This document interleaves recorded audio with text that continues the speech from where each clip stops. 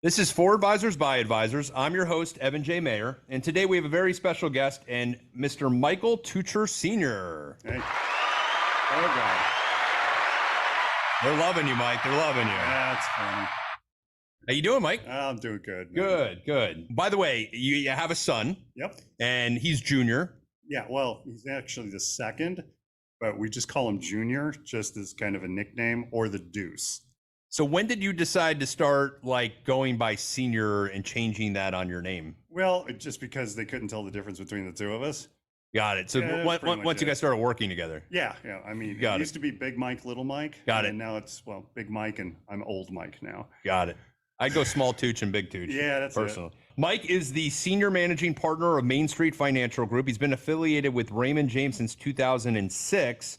And prior to that, he spent 14 years at MetLife and the Insurance Channel. Yeah. Mike, tell us about how you got started. By the way, just quick story on how I met Mike. About a month and a half ago, Raymond James does a big annual meeting at something called Elevate, and they get speakers in, a lot of big firms do it, but I actually think Raymond James does the best job. Maybe I'm a little bit of a homer, but they had a golf charity event and we ended up coming in first place. Yes, we did. Yeah. 58. By the way, we didn't get to buy any mulligans. Like that, yeah. It was a pure 58. It was a good round. So I met Mike there, had a good old time. We got to play golf again a couple days later. We just got done, and that's why we're dressed in our great golf attire. And it seems like each of the last couple of times we've played, I've ended up paying you. Yeah, you just bought my lunch, by the way. She asked for my awesome. wallet, and I said, happy to help, man. I don't have it. So yeah. So tell us how you got started in the business, the insurance side. What broke the camel's back from why you went independent, and then tell us about the last 14 years. Okay. Well, I got started in the business to begin with when I was on disability, believe it or not, from Winn-Dixie. So I had herniated a disc in my back. Was out of work for 14 months. So, I know what it's like to be poor. We were on food stamps and unemployment. And I went back to grad school just because food stamps didn't cover diapers. Ended up finishing up my MBA and starting my career with Met. Yep. And I wasn't really happy about it. I hated it. I didn't want to be in the insurance business, so to speak. But my wife had always said, hey, you say you work harder than everybody else. If memory serves me correctly, you produce, you play well, or you work hard and you do well at your job, you get paid more. And I'm like, okay, I'll give it a shot. And, they have production quotas and stuff like that. So during my training sessions, I got the termination letter 9 times, each of the last 3 weeks of each of the first 3 quarters. And I was hating it. Oh, about like if you didn't hit your sales quota, you were gone? Yeah, you were done. You were done. Yeah. And I finished up my graduate degree in the middle of all that. And my wife is like, look, you got your master's now. Why don't you go ahead and put your heart and soul into it? And if it doesn't work, do something else, because you're miserable and you're making me miserable. So I got my master's in marketing, put together a plan, borrowed a little bit of money. And, the rest was history. We went from food stamps and unemployment to 6 figures in 3 years. And that was at Met, right? That was at Met. Yeah, that was at Met. You spent 14 years at Met. Mm-hmm. When did you finally start saying, hey, it's not for me, I got to make a move? Well, believe it or not, I was actually one of the folks that was instrumental in bringing fee-based advisory accounts and starting the financial planning aspect of the firm and getting more into selling investments and things like that. There was, back in 1993, there was a big story, bad story, that came out about MetLife where all these agents were going around and talking to registered nurses and selling nurses insured retirement plans. Yep. And they weren't telling people they were whole life contracts. And this is what I was surrounded with. And I'm like, okay, I want to get out of that part of it. And for some reason, it was very unusual for me being in the career agency field force to actually sit for the 7. Yep. So I started with the 7, ended up getting, 63, 65, all that good stuff. And with this scandal, you couldn't buy an appointment with somebody who already wasn't a Met client. Somebody from the home office up in New York got this brilliant idea of sending us a stack, had to be 2 feet high, of orphan policyholders. Well, I figured out that if I went out there and I talked to an existing client and we just did something as simple as a contingent beneficiary update, because they bought the policy 50 years ago. Yeah, just calling up to be nice and update their policy for them. And I'll go out there, we'll do the update and say, hey, look, you bought this policy 30, 40, 50 years ago. A lot's changed for you guys in your situation. a lot's changed with us and what MetLife can actually do for you. And there I would transition and go into the investment products and find out what else had changed in their life. Sometimes we write more insurance, et cetera. And they actually used all of my scripts, procedures, and everything for about a decade. Yeah. I would go around teaching other offices how to do this stuff. I do it at the national conferences and things like that. And so that part was great. Yep.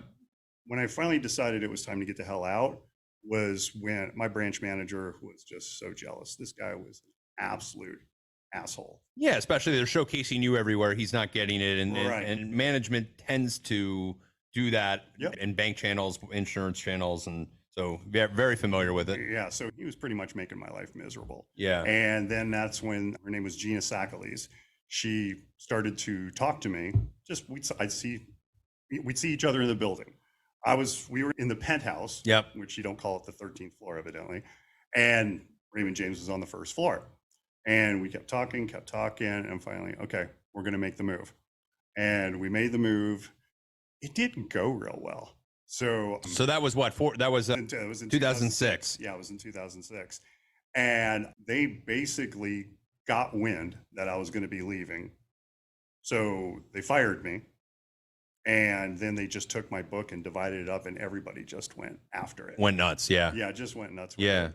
So it was tough getting started at Ray J. How much did you end up pulling over from? Well, we started right at about 80 million. 80 million. It was okay. no big deal, but it was like. And what did you have 800 prior? Households. What was it prior? Like before, like they started really. Just not that much more than that. Yeah. Okay, but at the same time, we actually had selling agreements at Raymond James and with MetLife, but evidently my boss accused me of stealing client data.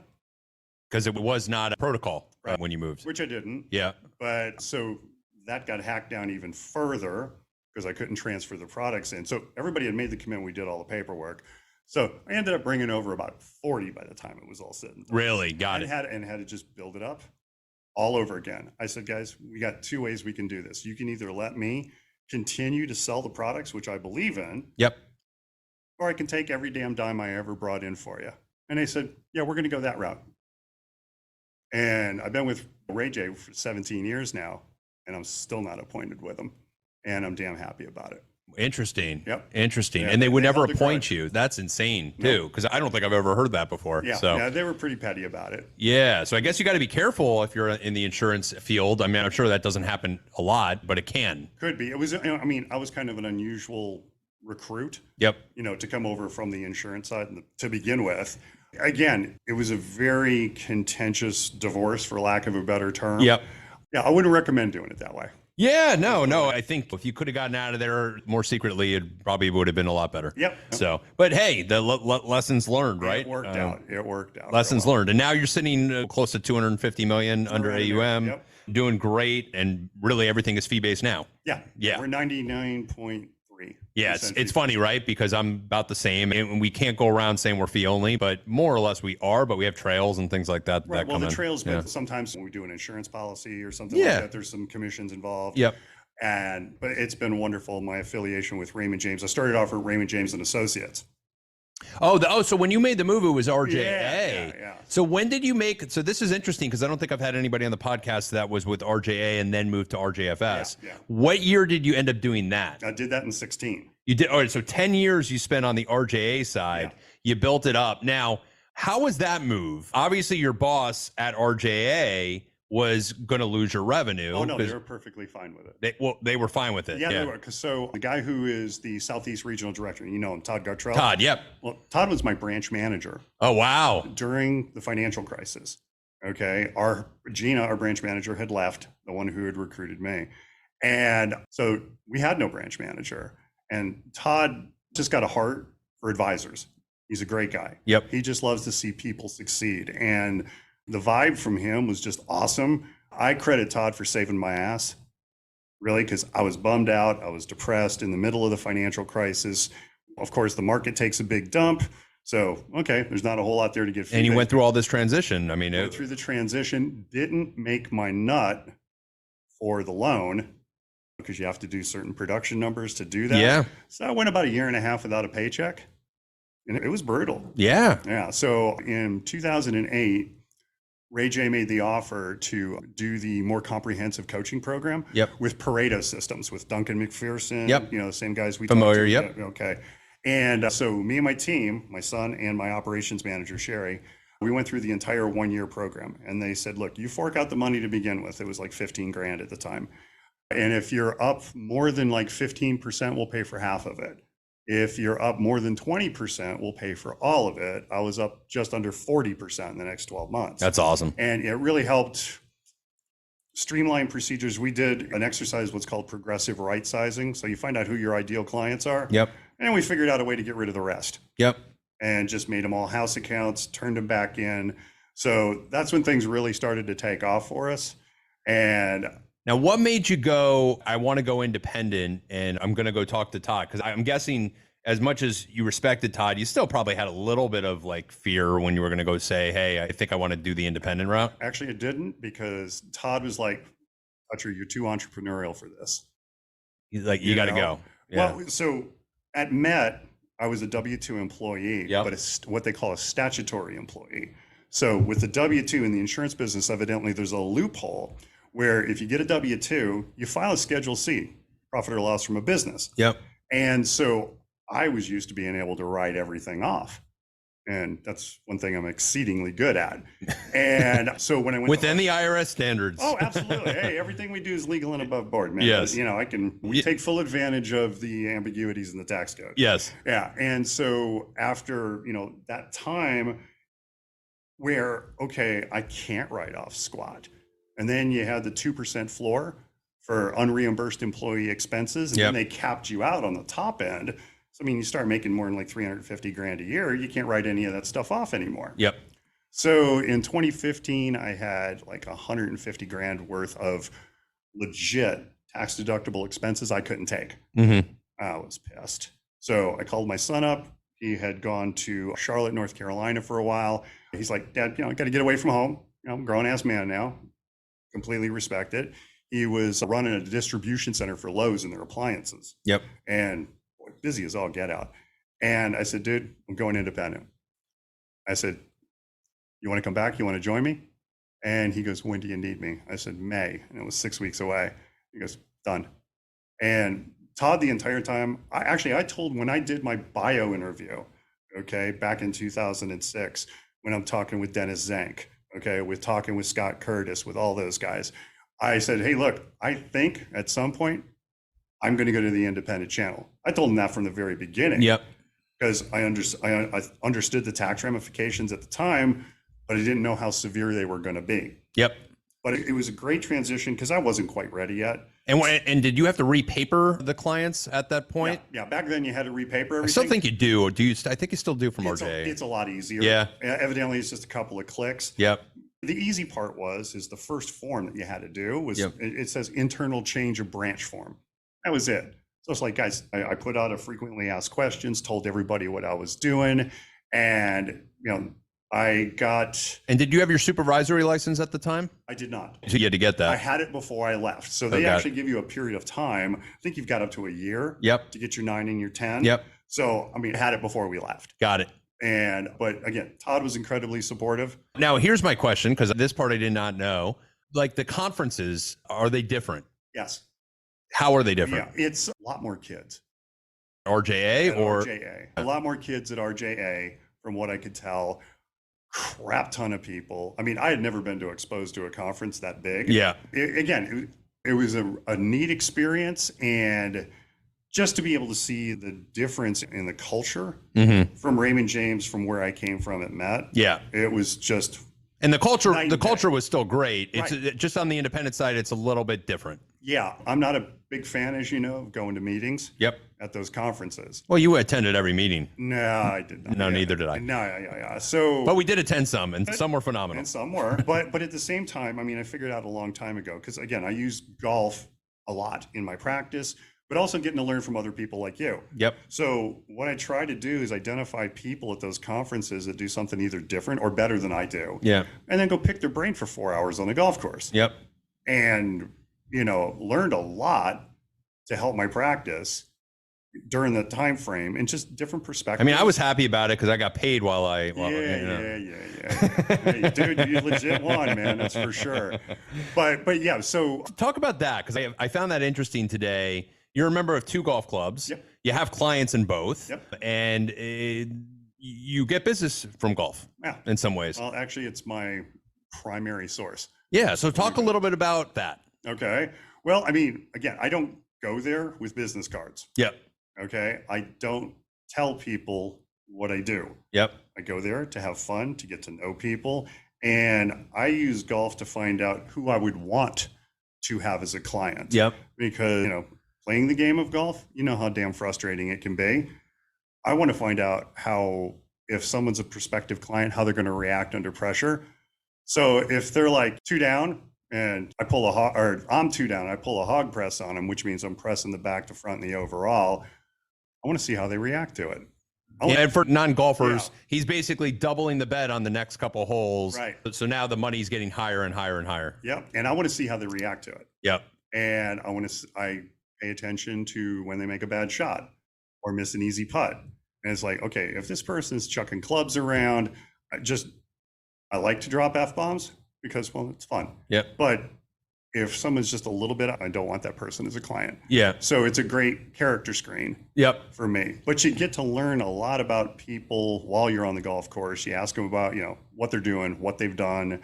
And it's a neat way to get to know people in a way that doesn't have anything to do with business. Yep.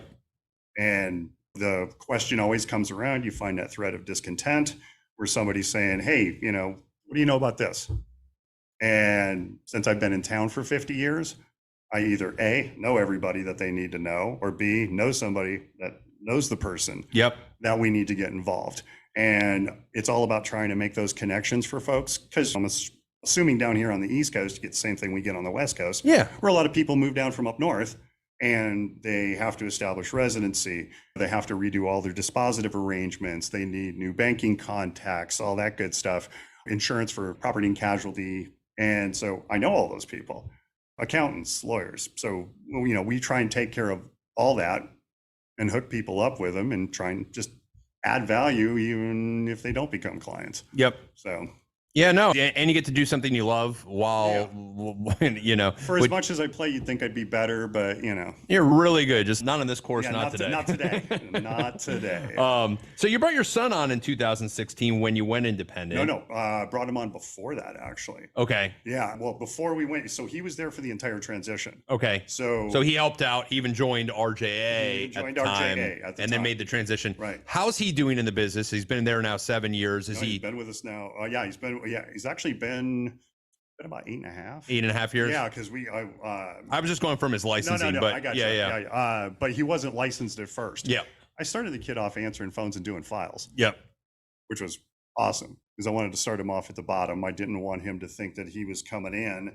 And how old's he now? He's 34. 34. Okay. Yeah, no, and he understands how and why we do what we do. At 34 years old, actually, he knew it at 28 better than I did at 40 something. Yeah. I'd like to think it was kind of a little bit, it was osmosis, because he was exposed to it the whole time and got to see how we interacted with clients and things like that. So yeah, he's got a gift.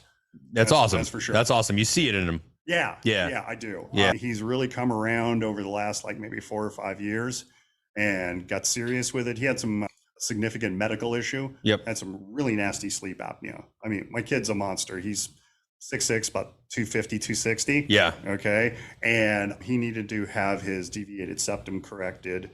He wasn't sleeping at all. And it was trying to get a few good hours of work out of him a day. It was hard because he was waking up 60, 70 times an hour. Yeah, he was not getting any sleep. Yeah. So he had a pretty major surgery. They corrected his deviated septum. They took out his tonsils, his adenoids, and they literally carved the uvula out of the back of his throat. Okay. The dongle thing, to open up the airway. It was like night and day after that. Once he started to recover from the surgery, I went from trying to feed him with a fire hose, and it went through like an eyedropper, to having the fire hose wide open, and I can't keep up. and it was awesome. Is he at the point of helping to run the portfolios? Is he making some of the selections now too? Or we collaborate on it now. Yeah, yeah. You know, and his input does have some weight. Yep.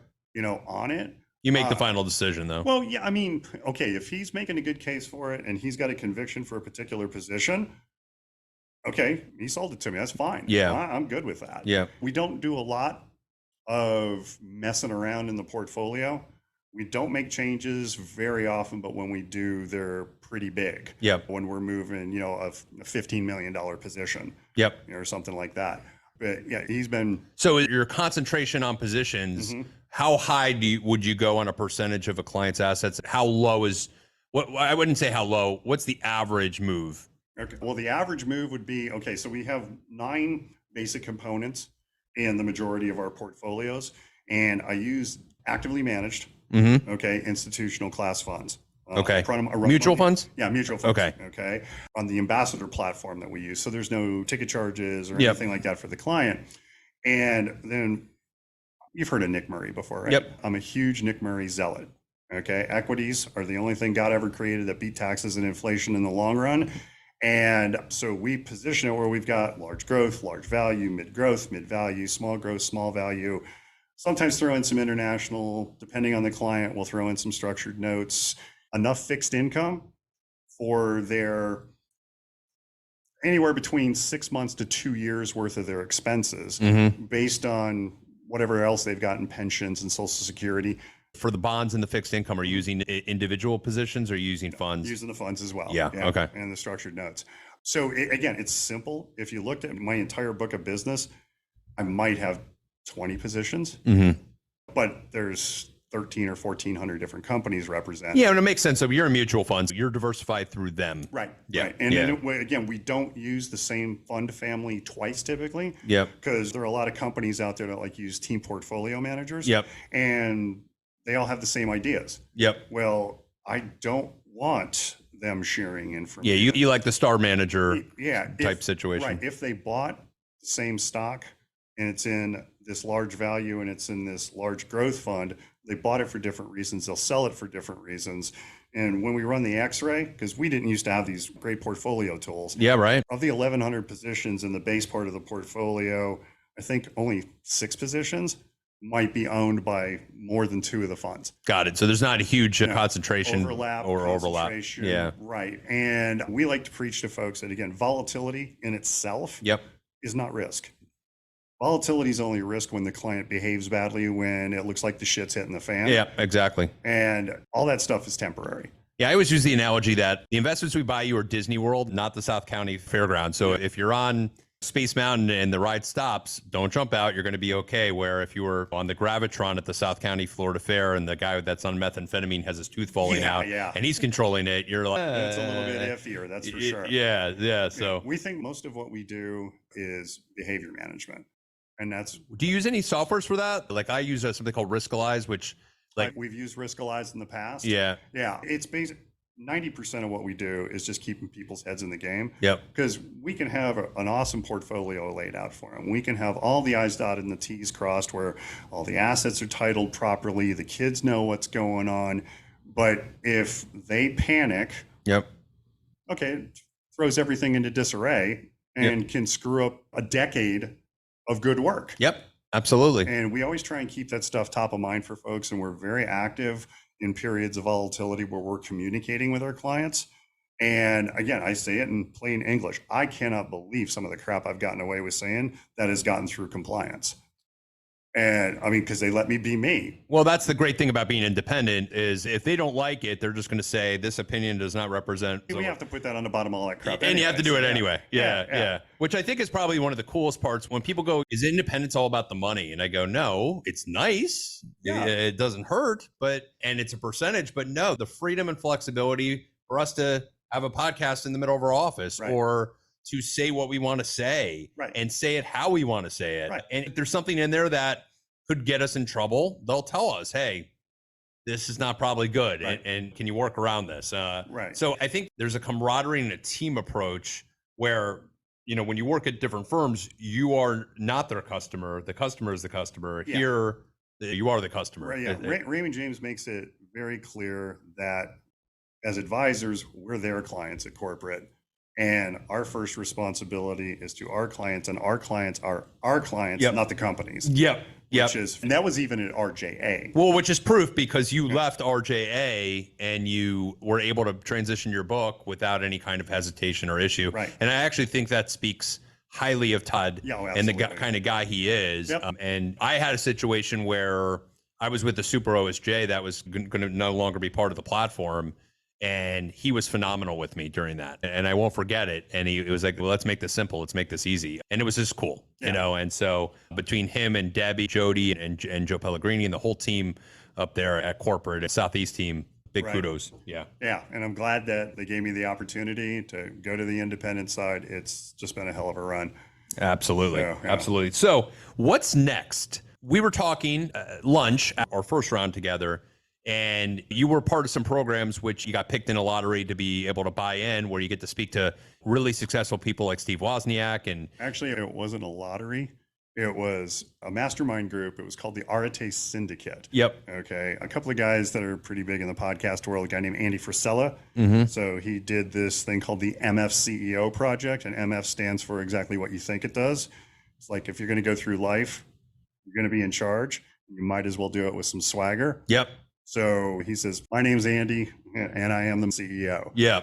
And so him and another guy named Ed Milet, who also has a very successful podcast, they came together and they said, we want to create a group of entrepreneurs that want to get to the next level. And you had to be making a certain amount of money. You go through the application process and said, how much you make last year?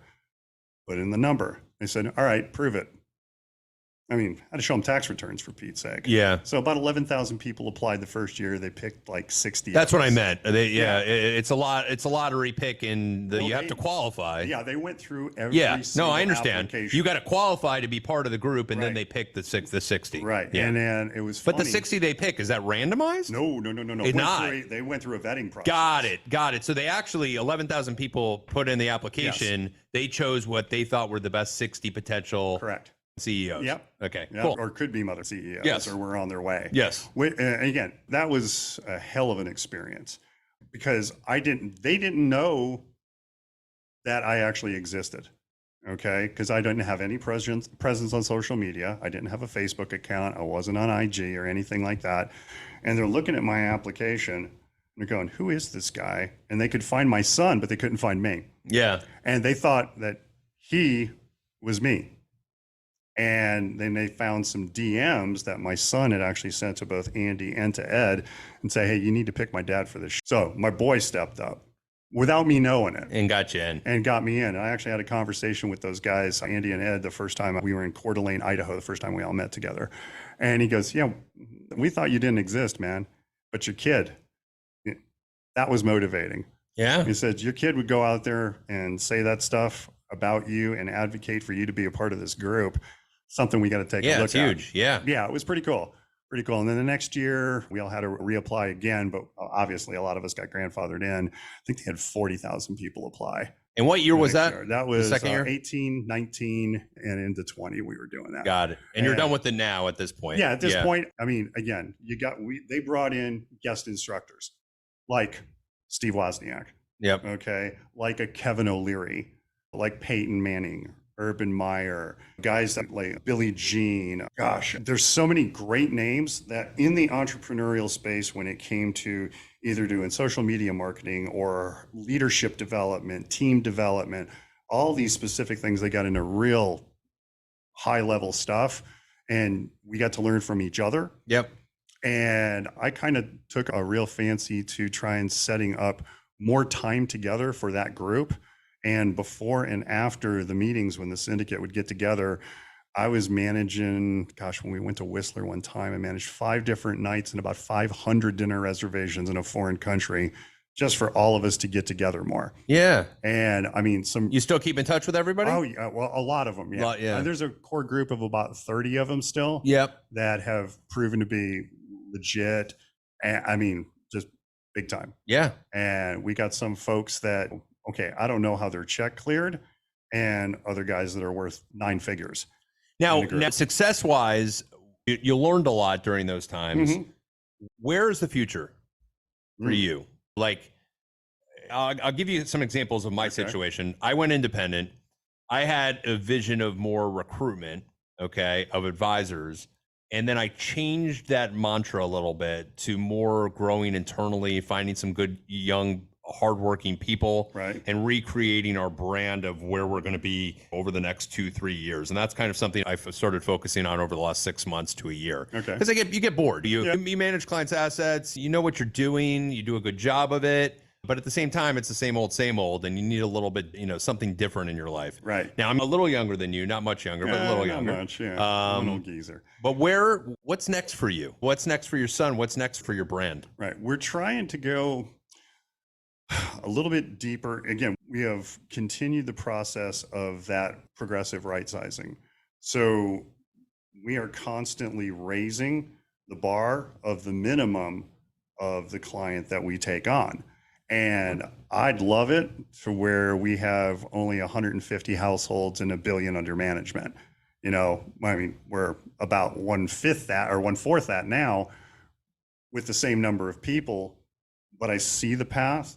I've made the connections. Yeah. And it's not a matter of if, it's a matter of when.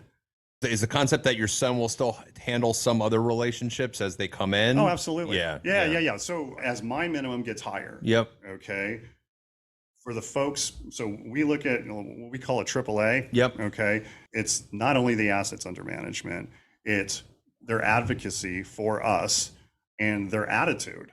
So those are the three things that we look at. We could have somebody who's got 10 million in assets. Okay, there's 1A, but they're not advocates for us. And sometimes they're difficult to deal with. So that person might just be a single A. But if I've got somebody with $1.5 million that's tried to give me 3 introductions so far this year, okay, that's a double A right there. I'm going to give them more time and attention. So you're not actually firing No. people actively. It's a matter of attention they're going to receive from you. A little bit more of an emphasis because, again, they advocate for our process. Yeah, so it's almost coaching them out in a way, but doing it in the right way, because firing in our business can be tricky. It can be tricky. I did have a client one time, had about 15 million with me, and he'd been somewhat difficult to deal with. And he sat down where you're at. I'm on my side of the desk. And he's like, I don't need you to do this for me anymore. I'd rather have you do this instead. And I'm like, well, that's not part of our process. That's not what we do. And he goes, well, I need this done and I need this done. Like, okay, again, we sat with your lawyers, sat with your accountants. We talked to your business partners. We all agreed this is how we were going to do it. Yep. No, I don't want you to do that anymore. Okay. I got up from around my desk. I shook his hand. I said, I'll transfer the money anywhere you want. And I walked out of my own office. Yep. And he goes, what just happened? I said, you're going to move. I can't do this anymore. Yeah. And he goes, okay. And he figured it out. It's like, dude, you're done. Yeah. And it was such a relief from a karma standpoint. Yep. On how taxing this relationship was to Yeah. our practice. Yeah. But there was obviously more that went into that than that meeting. Correct. Oh, Yeah. absolutely. Absolutely. Yes. Yeah. That was the final straw. Yeah. And again, it freed us up mentally, spiritually, almost. Yep. To where, okay, we got the 15 million back in 30 days and picked up another 15 on top of that. Yep. And we might not have been able to do that if we were still stuck dealing with this. Yep. And again, we want it to be a bigger deal for when a client joins our firm than when that client joins, for their perspective, than it is for them to come on. Yeah. Because again, we know what we bring to the table. Yeah. 100%. I'll tell them the 1% that I'm charging you, all the products are free. All the record keeping is free. I could do 5 trades, 50 or 500 trades. The 1% that you're paying me is simply to keep you from doing dumb with your money. Yep. I say it just like that. Yeah. It's behavioral finance. Yeah. I mean, you used to have to go through us to buy something. Now you're really with us as your financial psychologist. Yep. Yeah. Money doctor, whatever you want to call it. Well, yeah. I mean, Yogi Berra said 90% of baseball is half mental. Yep. Same thing with investing. Same exact thing with Yeah. investing. Yeah. So I have a couple of props that I use during an initial interview when I'm trying to find out if it's a good fit or not. And towards the end of it, I'll say, Ev, look, man, I'll reach into my drawer and I'll pull this thing out.